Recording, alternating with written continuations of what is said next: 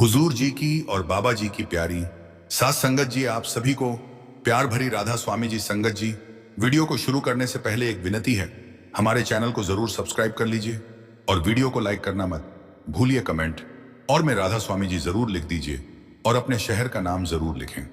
संगत जी, बाबा जी और हुजूर जी की प्यारी साथ संगत जी, राधा स्वामी जी संगत जी, आज 11 जनवरी का दिन मुंबई की संगत के लिए सचमुच अविस्मरणीय बन गया। आज बाबा जी ने यहाँ उपस्थित संगत को अपने दर्शन देकर निहाल कर दिया। भीड़ इतनी ज्यादा हो गई थी कि संभालना मुश्किल हो गया था। आज हुजूर जी के साथ बाबा जी ने ओपन कार में दर्शन दिए और आज की खास बात यह रही कि बाबा जी ने स्वयं संगत के प्रश्नों को सुना और उनके उत्तर भी दिए।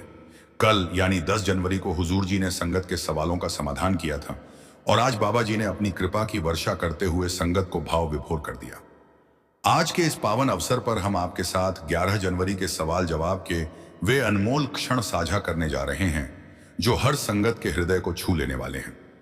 सवाल जवाब की शुरुआत से पहले आप सभी कार्यक्रम आरंभ होने से पहले शब्द गायन हुआ, जिसके सिर ऊपर तू स्वामी सो दुख कैसा पाए।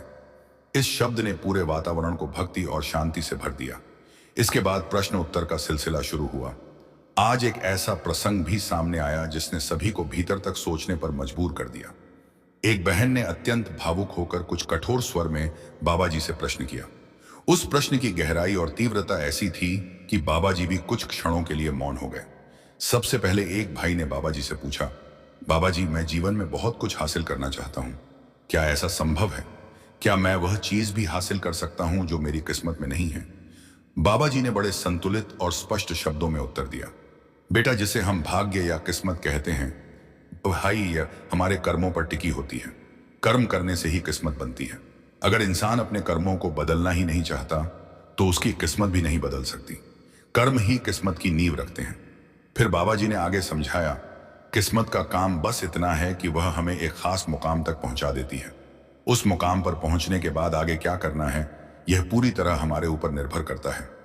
बात को और सरल बनाने के लिए बाबा जी ने एक उदाहरण दिया। उन्होंने कहा, मान लो एक ऊंची इमारत है और हम उसकी ऊपरी मंजिल पर खड़े हैं। अब अगर हमें नीचे उतरना है तो हमारे पास सीढ़ियों का रास्ता भी है। उस रास्ते से आने में थोड़ा समय जरूर लगेगा, लेकिन अगर हम जल्दबाजी में ऊपर से कूद जाएं तो वह भी एक तरीका है। सीढ़ियों से उतरने में भी समय लगेगा और छलांग लगाने में भी, लेकिन दोनों के नतीजे बिल्कुल अलग होंगे।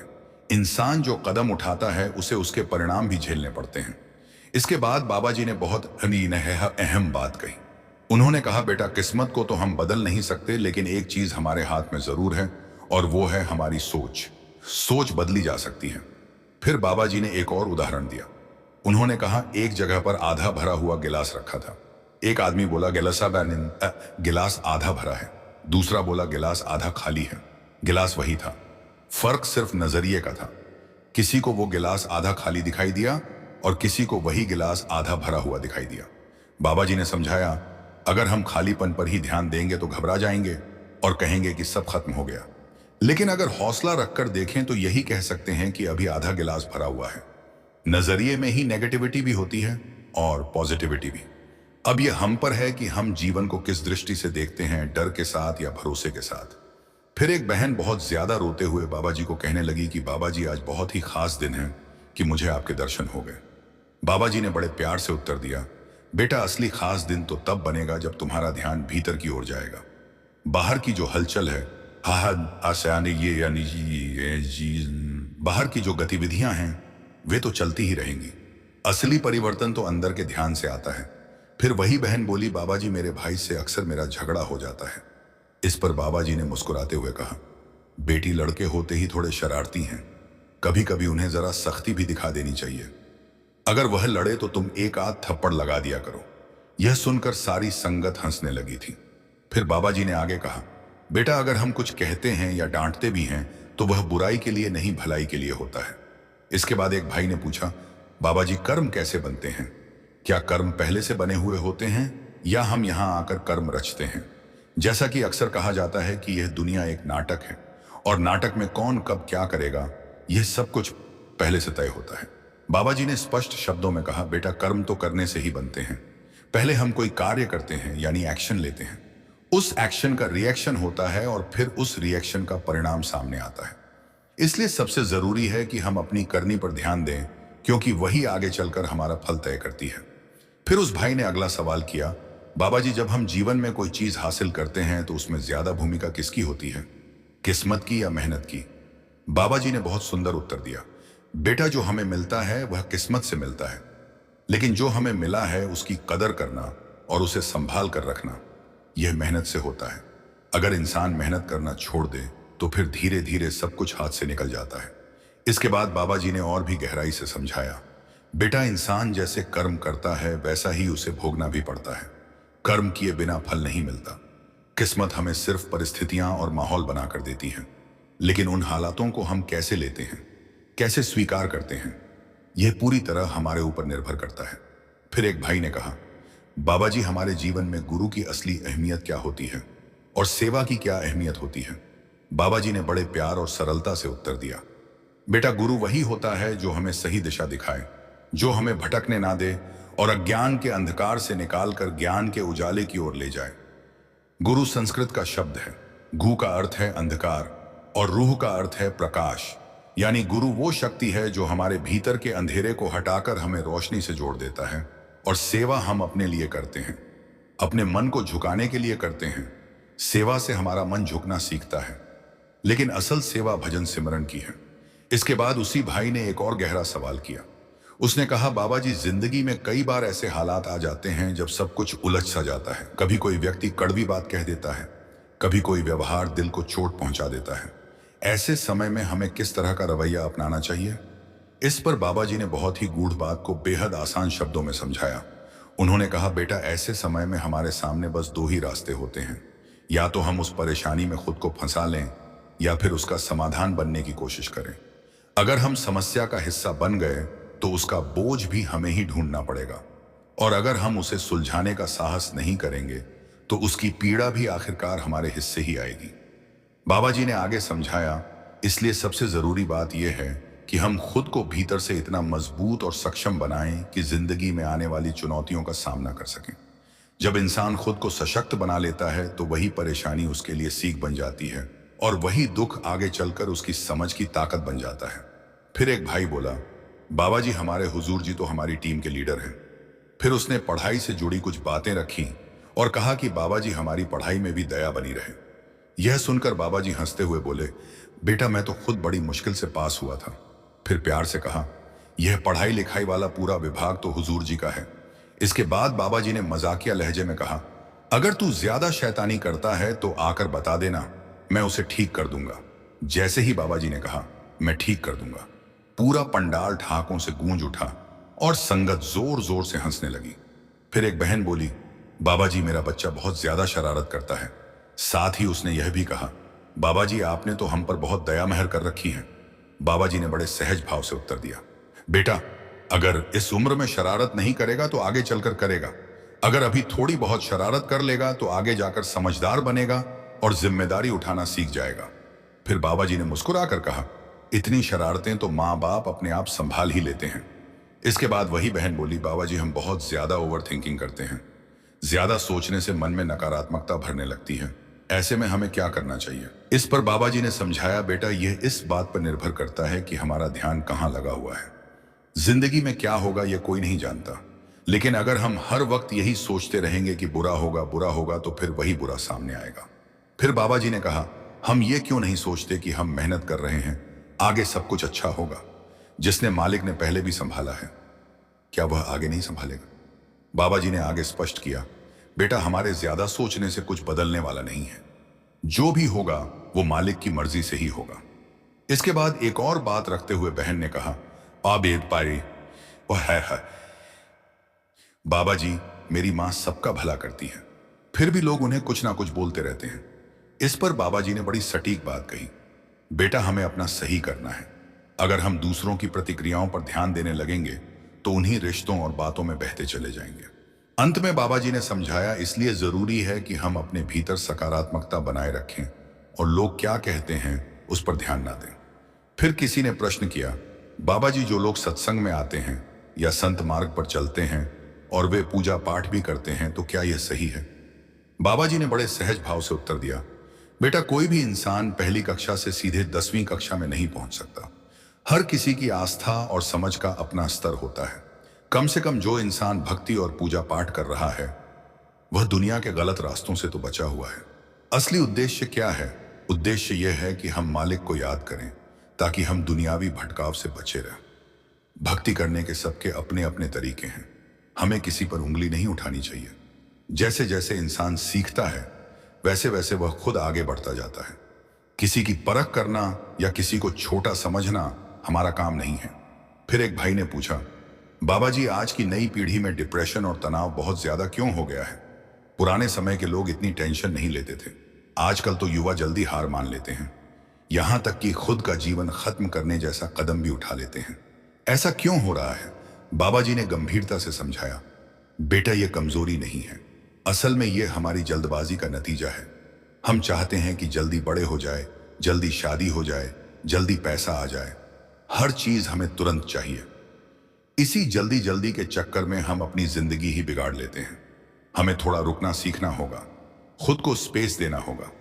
जब तक हम थोड़ा फासला नहीं रखते तब तक चीजें साफ समझ में नहीं आती। हम जल्दबाजी में खुद पर इतना तनाव डाल लेते हैं कि संभालना मुश्किल हो जाता है। फिर एक भाई ने कहा, बाबा जी नया साल शुरू हुआ था, मैंने सोचा था कि यह करूंगा वो करूंगा, लेकिन अब तक कुछ भी पूरा नहीं कर पाया। बाबा जी ने मुस्कुराकर कहा, बेटा एक ही दिन में सब कुछ नहीं होता। जरूरी यह है कि हम अपने लक्ष्य की दिशा में चलते रहें। अगर एक दिन में ही सब कुछ मिल जाए तो जिंदगी का मतलब ही क्या रह जाएगा? फिर बाबा जी ने आगे कहा, बेटा मेहनत करो और जो मिला है उसकी कद्र करो। जब इंसान कद्र करना सीख लेता है तो मालिक उसे और भी देता है।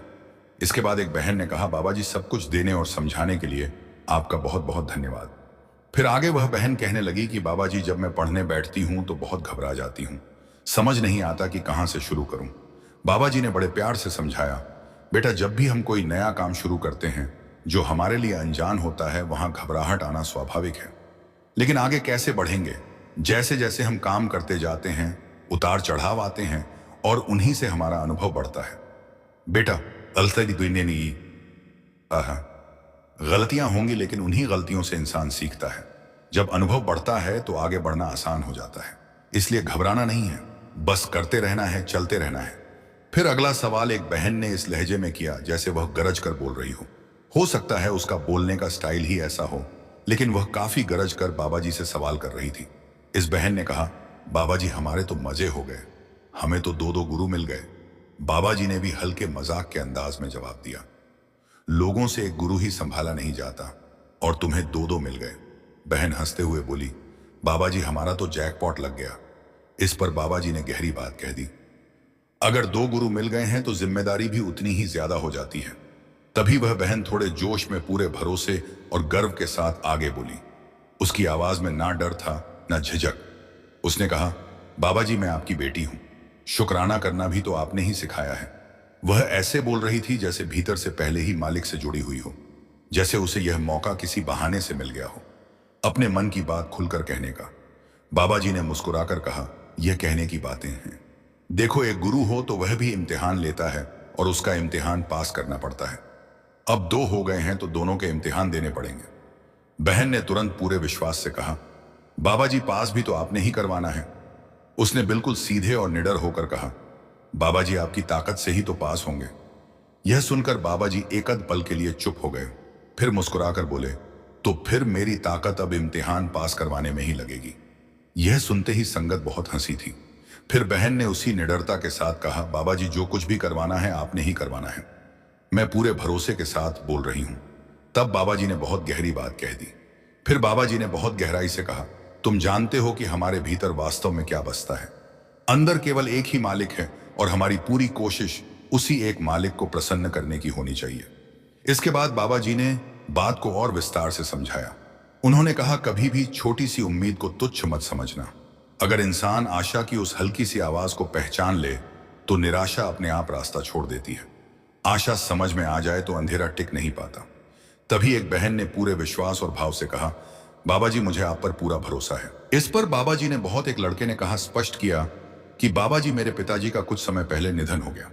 विश्वास और मेरी उम्र 16 साल थी। मैं और मेरी माँ मजबूत हैं, जिसे केवल बस आपसे विनती है कि कृपया हमारा कहा नहीं जाता। और हमें आगे अच्छा जीवन जीने में मदद। और इसके बाद उस लड़के ने यह भी पूछा कि मेरे बाबा जहां भी इस समय में, क्या वो वहां खुश हैं? बाबा जी ने कहा कि बेटा, तुम्हारा रिश्ता उनके साथ 15-16 सालों का था, पर मालिक का तो हमारे साथ रिश्ता कितने युगों से है। तो तुम्हें लगता है कि वह अपने बच्चे का ख्याल नहीं रखेगा? तुम्हें चिंता करने की जरूरत नहीं है। इसके बाद एक बहन ने भावुक स्वर में कहा, बाबा जी, मैं पूरे मन से मेहनत करती हूँ, फिर भी जिंदगी में वह सफलता नहीं मिलती जिसकी उम्मीद होती है। कई बार दिल बहुत टूट जाता है। बाबा जी ने उसे भी गहरे प्रेम से समझाया, बेटी, जीवन में आने वाली असफलताएं बेकार नहीं होती। वे हमें कुछ ना कुछ सिखाने के लिए ही आती हैं। उनसे घबराना नहीं चाहिए, बल्कि यह समझना चाहिए कि उनमें छुपा संदेश क्या है। जो इंसान सच्चे मन से लगातार प्रयास करता रहता है, उसकी हार कभी भी हमेशा के लिए नहीं होती। बाबा जी ने बात को और स्पष्ट करते हुए कहा, हो सकता है मेहनत का फल तुरंत ना मिले, देर जरूर लगे, लेकिन वो मिलता अवश्य है। बस एक बात हमेशा याद रखना, हिम्मत कभी मत छोड़ना। थकावट आए तो थोड़ा ठहर जाना, लेकिन रास्ता मत छोड़ना। जो इंसान निरंतर चलता रहता है, एक दिन मंजिल खुद चलकर उसके सामने आ खड़ी होती है। इसके बाद एक लड़के ने कहा, बाबा जी, मैं नीट की तैयारी कर रहा हूं, 2 बार परीक्षा दे चुका हूं, लेकिन दोनों ही बार सफलता हाथ नहीं लगी। अब मन के भीतर से आत्मविश्वास टूटता जा रहा है। कई बार ऐसा लगता है कि शायद मैं कभी नीट पास ही नहीं कर पाऊंगा। बाबा जी ने समझाया, बेटा, अभी तो तुम्हारी उम्र बहुत ही छोटी है। अगर इस मोड़ पर ही घबराने लगोगे तो जरा सोचो, जिंदगी आगे चलकर जब और भी कठिन इम्तिहान लेगी, तब अपने आप को कैसे संभालोगे? जीवन में असफलताएं और हारे बार बार सामने आएंगी। उनसे डर कर रुक जाना समाधान नहीं है। बाबा जी ने आगे कहा, हमारे हाथ में केवल इतना है कि हम पूरी ईमानदारी और सच्चे मन से मेहनत करें। परिणाम हमारे हाथ में नहीं होता। जो भी मालिक ने हमारे लिए लिखा है, वह अपने सही समय पर अवश्य पूरा होता है। इसीलिए जीवन की नाकामियों से डरकर हार मान लेना ठीक नहीं। हर बार गिरने के बाद पहले से भी ज्यादा हौसले और जोश के साथ आगे बढ़ना ही असली समझदारी है। फिर एक बहन ने पूछा, बाबा जी, क्या कर्म और किस्मत 2 अलग अलग चीजें हैं? बाबा जी ने बड़ी गहराई से उत्तर दिया, बेटा, हमारी किस्मत कोई अलग चीज नहीं है। हमने जो कर्म किए हैं, उन्हीं के आधार पर हमारी किस्मत बनी है। आमतौर पर लोग कहते हैं कि जो किस्मत में लिखा है वही होगा, लेकिन यह भी समझ लो कि उस किस्मत को लिखने वाला भी इंसान खुद ही है। हमारे कर्म ही हमारी तकदीर की नींव रखते हैं। जैसा बोओगे वैसा ही आगे चलकर काटोगे। मालिक हमारे कर्मों के आधार पर हमें फल देता है, जिसको हम किस्मत कह देते हैं, जबकि असल में किस्मत का निर्माण हम खुद अपने कर्मों से करते हैं। फिर इस बहन ने कहा कि बाबा जी, कुछ कर्म ऐसे होते हैं जो हमें करने ही पड़ते हैं, जैसे कि सांस लेना, और सांस लेने से भी हजारों लाखों कीटाणु हमारे अंदर जाते हैं। तो इन कर्मों का हिसाब हम कैसे दे सकते हैं? बाबा जी ने समझाया कि कुछ कर्म ऐसे होते हैं जो भजन सिमरन करके साथ की साथ निपट जाते हैं, लेकिन जानबूझकर किसी जीव को सताना या मारना, ऐसे कर्मों का हिसाब हमें हर हाल में देना ही पड़ेगा। फिर एक भाई ने पूछा, बाबा जी, मालिक ने यह सृष्टि बनाई, फिर इंसानों को बनाया, तो फिर कुछ समय के बाद मालिक इंसानों को वापस क्यों बुला लेता है? तो बाबा जी ने उदाहरण के साथ समझाया कि जैसे माँ बाप अपने बच्चे को स्कूल भेजते हैं, जिससे कि बच्चा स्कूल जाकर सीख सके, और जब वह समझदार बन जाता है तो माँ बाप उसको वापस घर बुला लेते हैं। वैसे ही हम सब मालिक के बच्चे हैं, और यह दुनिया एक स्कूल है। मालिक ने हम सबको यहाँ सीखने और अपनी गलतियों को सुधारने का मौका दिया है। अगर हम यहाँ आकर सीखेंगे और मालिक के बहाने में रहेंगे, तो मालिक एक दिन हमें वापस अपने घर बुलाकर अपने चरणों में जगह देगा। लेकिन अगर यहाँ आकर हम सीखने की बजाय गलत कर्म करेंगे, तो मालिक हमें बार बार यहाँ भेजता रहेगा। जब तक हम सीख नहीं जाएंगे, तब तक मालिक हमें यहाँ भेजेगा, और कर्मों का हिसाब देने के लिए हमें 84 के चक्कर से भी गुजरना पड़ेगा। इसलिए सत्संगों में बार बार समझाया जाता है कि मालिक ने यह जो मौका दिया है, इसको बेकार मत करो। भजन सिमरन करके फिर से मालिक के घर वापस लौट जाओ। फिर एक बहन ने कहा कि बाबा जी, कभी कभी हम सही होते हैं, लेकिन फिर भी लोग हमें नहीं समझते और हमें गलत बोलने लगते हैं। ऐसी कंडीशन में हम क्या करें? बाबा जी ने समझाया कि अगर हमें पता है कि हम सही हैं, तो फिर हमें दुनिया की चिंता किस लिए? दुनिया को आज तक कोई खुश नहीं कर पाया। हमें बस मालिक को खुश करना है, मालिक के बहाने में रहना है, भजन सिमरन करना है, सत्संग सुनने हैं। फिर एक भाई ने कहा, बाबा जी, मेरी उम्र अब 40 साल की हो गई है। अब तक मेरी जिंदगी ठीक ठाक चलती रही, सुख भी देखा, दुख भी देखा, हर तरह के अनुभवों से गुजरा हूं। लेकिन कुछ समय से मन में एक डर बैठ गया है कि शायद अब जीवन ज्यादा लंबा नहीं बचा। अब कोई छोटी सी परेशानी भी आती है तो मन 10 घबरा जाता है। लगता है कि समय बहुत कम रह गया है। अगर मैं इसी चिंता को मन में लिए हुए शरीर छोड़ दूं तो क्या मुझे फिर से जन्म लेना पड़ेगा? मेरी सच्ची इच्छा है कि इसी जन्म में अपने सारे कर्मों और लेन देन को पूरा कर लूं और दोबारा जन्म ना लेना पड़े। बाबा जी ने जवाब दिया, बेटा, इस दुनिया में आना और यहां से जाना हमारे वश में नहीं है। यह सब मालिक की मर्जी से होता है। जन्म कब लेना है और मृत्यु कब आनी है, वास्ता नहीं, यह सब पहले से तय है। इसमें इंसान को व्यर्थ की चिंता नहीं करनी चाहिए।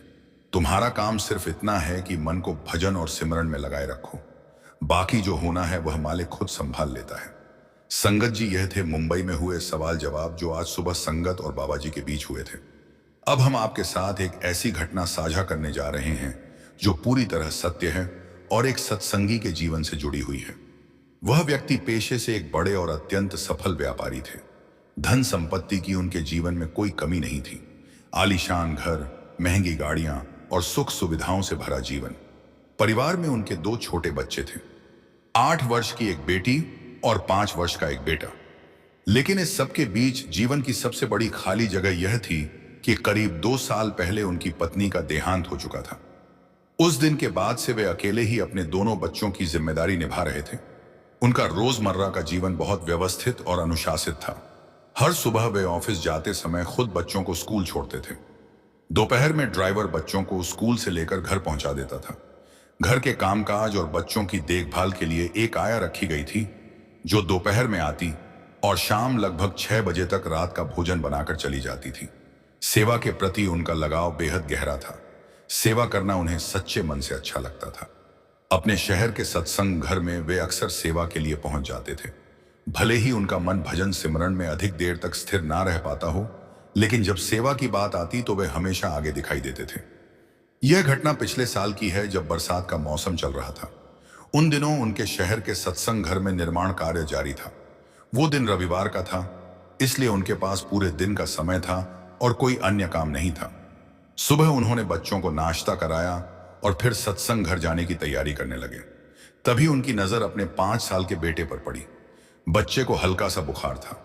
उन्होंने घर में मौजूद बुखार की दवा बेटे को पिलाई, फिर बेटी को प्यार से पास बुलाकर समझाया, अगर बुखार फिर से बढ़े तो यही दवा इसे दे देना, और अगर किसी भी चीज की जरूरत पड़े तो मुझे तुरंत फोन कर देना। थोड़ी देर में आया भी आ जाएगी और शाम तक मैं भी लौट आऊंगा। बेटी को सारी बातें समझाकर वह भाई सेवा के लिए सत्संग घर की ओर निकल पड़ा। उसके घर से सत्संग घर की दूरी लगभग 10 किलोमीटर थी, जिसे तय करने में आमतौर पर 30 मिनट लग जाते थे। वहां पहुंचते ही वह निर्माण कार्य में जुट गया और पूरी लगन से सेवा करने लगा। काम के बीच बीच में वह बच्चों को फोन करके उनका हालचाल भी पूछता रहा। उसने आया को भी फोन पर साफ साफ समझा दिया था कि बच्चे को बुखार है, इसलिए उस पर थोड़ा ज्यादा ध्यान रखना। शाम ढलते ढलते मौसम ने अचानक करवट ले ली। पहले तेज हवाएं चली और फिर तूफान जैसी बारिश शुरू हो गई। पानी इतनी तेजी से बरसा कि पूरे शहर में जगह जगह जल भराव हो गया और आवागमन लगभग ठप पड़ गया। कई इलाकों में हालात ऐसे हो जाते हैं कि लोग कई कई दिनों तक अपने घरों से बाहर नहीं निकल पाते। उस दिन भी माहौल कुछ ऐसा ही बनता जा रहा था। उधर घर में शाम के समय बेटी ने अपने छोटे भाई को फिर से बुखार की दवा पिलाने की कोशिश की। तभी उसे एहसास हुआ कि दवा की बस आखिरी खुराक ही बची है। उसने तुरंत अपने पापा को फोन किया और कहा, पापा जब आप आए तो बुखार की दवा लेते आना। भाई का बुखार पूरी तरह उतर नहीं रहा है। दवा देने से कुछ देर के लिए ठीक हो जाता है, लेकिन थोड़ी देर बाद फिर तेज हो जाता है। यह सुनते ही वह भाई घबरा गया और जल्दी जल्दी सत्संग घर से निकलकर अपनी कार में बैठ गया। लेकिन बारिश इतनी जबरदस्त हो चुकी थी कि चारों ओर पानी ही पानी था। सड़कों पर जमा पानी के बीच गाड़ी निकाल पाना बेहद मुश्किल हो गया। उसने पूरी कोशिश की पर हालात ऐसे थे कि वह सत्संग घर के पास ही फंस कर रह गया। बेबस होकर वह वहीं से फोन पर बच्चों से बात करने लगा। उधर बेटे की हालत धीरे धीरे और बिगड़ रही थी और बुखार की दवा भी पूरी तरह खत्म हो चुकी थी। यह सोचकर उसके दिल में बेचैनी और डर भर गया। उसने आसपास रहने वाले पड़ोसियों को फोन मिलाया, लेकिन किसी का भी फोन नहीं उठ रहा था। हालात पल पल और गंभीर होते जा रहे थे और उसका मन चिंता से भरता चला जा रहा था। कुछ देर बाद उसके पड़ोसी का फोन वापस आ गया। भाई ने घबराए हुए स्वर में उससे कहा, अगर आपके घर बुखार की कोई दवा हो तो कृपया मेरे बेटे को दे दीजिए। पड़ोसी ने बताया कि उसके पास दवा तो है, लेकिन वह छोटे बच्चों के लिए नहीं है। वो बड़ों की दवा थी, और ऐसी दवा किसी मासूम बच्चे को देना खतरनाक हो सकता है। कभी कभी तो उल्टा असर कर जाती है। यह सुनकर उस भाई की उलझन और बढ़ गई। अब उसे समझ नहीं आ रहा था कि इस हालात में क्या किया जाए। उसने तुरंत डॉक्टर की हेल्पलाइन पर कॉल लगाने शुरू किए, इस उम्मीद में कि कोई डॉक्टर किसी तरह उसके घर जाकर बच्चे को देख ले। बार बार फोन करने के बाद काफी देर की कोशिशों के पश्चात हेल्पलाइन पर मौजूद महिला ने कहा, ठीक है सर, मैं कोशिश करती हूं कि किसी डॉक्टर को भेजा जा सके। लेकिन यह आश्वासन भी उसने उस भाई की लगातार विनती के बाद ही दिया था। इतनी तेज बारिश और आंधी के बीच कोई भी डॉक्टर बाहर निकलने को तैयार नहीं था। हर किसी को अपनी जान की चिंता थी। फिर भी उस भाई ने बच्चों को फोन किया और उन्हें दिलासा दिया, थोड़ी देर में डॉक्टर आ जाएंगे और दवा देकर चले जाएंगे। हालांकि सच यह था कि डॉक्टर के आने की कोई वास्तविक संभावना नहीं थी। साथ संगत जी अब हालात ऐसे हो चुके थे कि उस भाई का दिल टूटने लगा। उसने वहीं बैठकर बाबा जी के चरणों में अरदास की और रोते हुए कहा, बाबा जी, इस दुनिया में मेरे बच्चों का आपके सिवा कोई सहारा नहीं है। आप ही मेरे घर की रखवाली करना, आप ही संभाल लेना। यह कहते कहते उसकी आंखों से आंसू बहने लगे। आखिर एक पिता अपने बच्चों को परेशानी में नहीं देख सकता। उस समय वह खुद को इतना मजबूर महसूस कर रहा था कि सत्संग घर में बैठकर सिर्फ प्रार्थना करने के अलावा उसके पास कोई और रास्ता नहीं बचा था। कुछ ही समय बाद उस भाई के घर की डोरबेल बजी। बेटी ने जाकर दरवाजा खोला तो सामने एक सरदार जी खड़े थे, जिन्होंने डॉक्टर की यूनिफॉर्म पहन रखी थी। दरवाजा खुलते ही वे बिना देर किए अंदर आए और सीधे बीमार बच्चे के पास पहुंच गए। उन्होंने बड़े ध्यान और अपनत्व से बच्चे की जांच की, उसे दवा दी और तब तक वहीं बैठे रहे जब तक बच्चे की हालत संभल नहीं गई। उस घर के हर कमरे में बाबा जी की तस्वीरें लगी हुई थी। बच्ची की नजर कभी दीवार पर टंगी तस्वीर पर जाती तो कभी सामने बैठे उस व्यक्ति के चेहरे पर। फिर अपनी मासूम सी जिज्ञासा के साथ उसने पूछ लिया, आप तो बिल्कुल बाबा जी जैसे दिखते हो। डॉक्टर ने हल्की सी मुस्कान के साथ कहा, नहीं बेटा, मैं बाबा जी नहीं हूं। मैं तो सिर्फ एक डॉक्टर हूं। चेहरा जरूर मिलता जुलता है, पर मैं बाबा जी नहीं हूं। बच्ची अभी बहुत छोटी थी, इसलिए यह भेद समझ नहीं पाई कि सामने बैठा यह व्यक्ति वास्तव में कौन है। वह डॉक्टर लगभग 2 से 3 घंटे तक वहीं रुके रहे। जब बच्चा पूरी तरह संभल गया और बुखार उतर गया तो वे शांति से वहां से चले गए।